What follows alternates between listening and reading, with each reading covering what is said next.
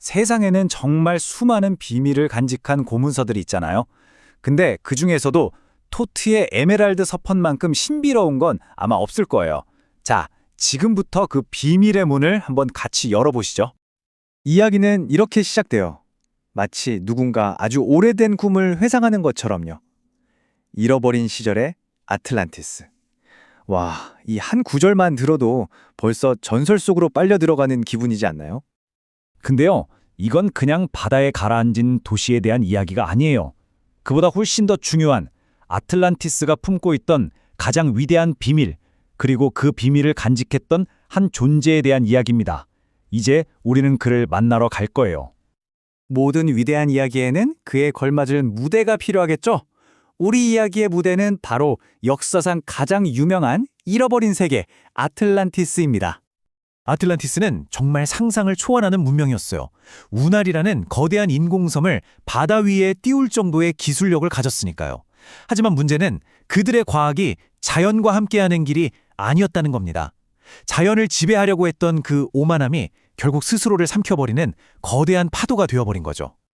아니, 이렇게 대단한 문명이었다면 당연히 궁금해지잖아요. 대체 누가 이 아틀란티스를 이끌었을까? 여기서부터 이야기는 우리가 생각했던 것과는 전혀 다른 정말 엄청난 스케일로 흘러갑니다. 이 잃어버린 세계를 다스렸던 위대한 마스터들, 과연 누구였을까요? 이 질문에 대한 답이 바로 에메랄드 서판이 감추고 있는 가장 큰 비밀 중 하나인데요. 한 가지 확실한 건 그들은 우리가 생각하는 그런 평범한 사람이 아니었다는 겁니다. 서판의 기록은 뭐랄까 충격적일 정도로 명확해요. 그들은 지구의 자손이 아니었다. 인류의 진화를 아득히 뛰어넘은 저 먼 다른 세계에서 온 존재들이었다는 거죠. 말 그대로 하늘에서 온 스승들이었던 셈입니다. 그들이 기원을 설명하는 단서는 놀랍게도 이름이나 지명이 아니에요. 그냥 이 숫자 하나뿐입니다. 9. 대체 이 숫자 9가 뭘 의미하는 걸까요? 자, 그 숫자 9의 비밀이 바로 이겁니다. 서판에서 말하는 사이클이라는 건 일종의 우주적인 진화 단계를 뜻해요. 한번 상상해 보세요.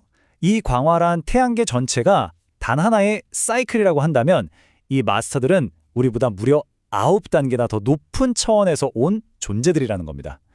정말 아득한 이야기죠?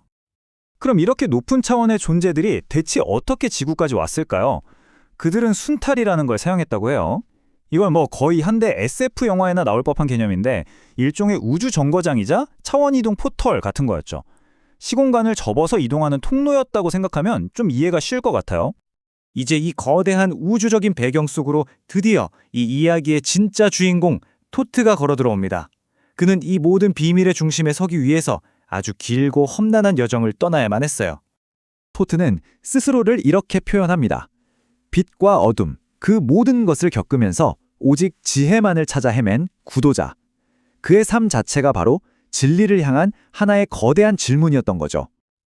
그의 길은 결코 평탄하지 않았습니다. 끝이 보이지 않는 탐구의 길을 헤매던 그는 마침내 마스터의 제자 중 한 명과 운명적으로 만나게 돼요. 그리고 그를 통해 신성한 사원의 심장부, 타오르는 위대한 불꽃 앞으로 인도되죠. 그 기나긴 여정의 끝에서 그는 위대한 스승 호레트를 마주하게 됩니다. 그리고 이 만남은 토트의 인생을, 아니 그의 영원한 존재 이유 자체를 완전히 바꿔놓습니다.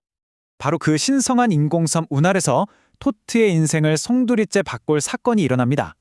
그는 스승 호레드로부터 단순한 지식을 전수받는 게 아니었어요.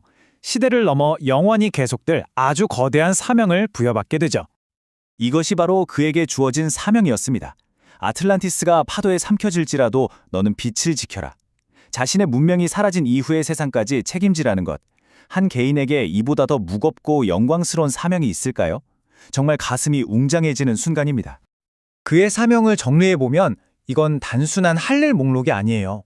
이게 바로 토트라는 존재의 새로운 정의가 된 겁니다. 인류의 영원한 스승, 지혜의 파수꾼, 그리고 동시에 스스로도 끝없이 성장해야 하는 영원한 학생.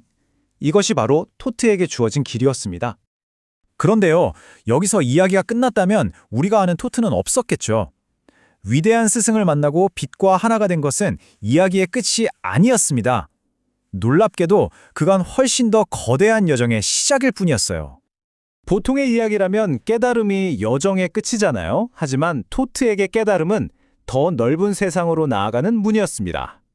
그의 탐구는 이제 지구라는 행성을 넘어서 온 우주를 무대로 펼쳐지기 시작합니다. 그의 탐구는 가장 높은 곳과 가장 깊은 곳, 양쪽으로 동시에 뻗어나갔습니다.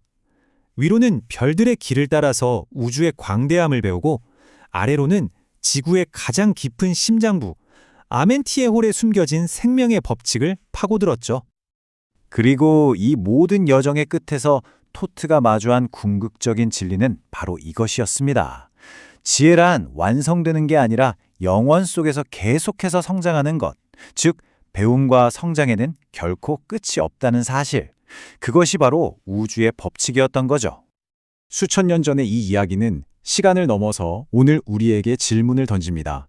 만약 성장이란 무한한 과정이라면, 멈추지 않는 길이라면, 여러분이 바로 지금 내디디의 다음 한 걸음은 과연 어디를 향하게 될까요?